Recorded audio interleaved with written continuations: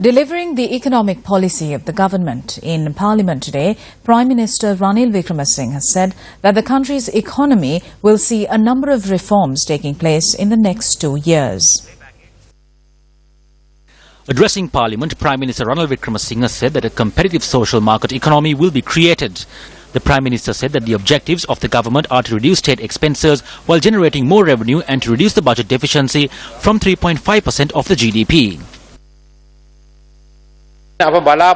We plan to pay attention in the medium term to a few important areas of concern. Number 1, generating of 1 million job opportunities. Number 2, enhancing income levels. Number 3, development of rural economies. Number 4, ensuring land ownership to rural and estate sectors, the middle class and government employees. Number 5, creating a wide and strong middle class. The Prime Minister also revealed the policies that would be followed to meet these objectives.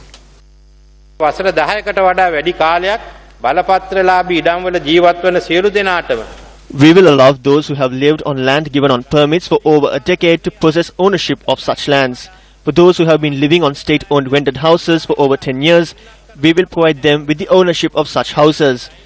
We will also provide a small land and a house to the estate workers who have been living in line rooms for over 10 years. We will give priority for the construction of housing schemes for the middle class in urban and semi-urban areas. For those who will come forward to fund these ventures, we will provide state land and tax concessions. We will also introduce a low-interest-based loan scheme to enable the middle class and the government workers who can purchase these housing schemes. We will set the background for the construction of 500,000 new houses. අප මේ ආකාරයෙන් නව නිවාස ලක්ෂ 5ක් ඉදිකිරීමට අවකාශ සැලකන. The Prime Minister went on to know that 2,500 state rural development centres through the grouping of villagers will be established to uplift the rural economy, while the budget will comprise of a number of proposals in uplifting the agriculture sector of the country. ඕනෑම පොදු ව්‍යාපාරයක් මූල්‍ය විනයක් සහිතව පවත්වාගෙන යා යුතුයි. Every public venture should follow proper financial guidelines and they should be uplifted as entrepreneurial economic successes.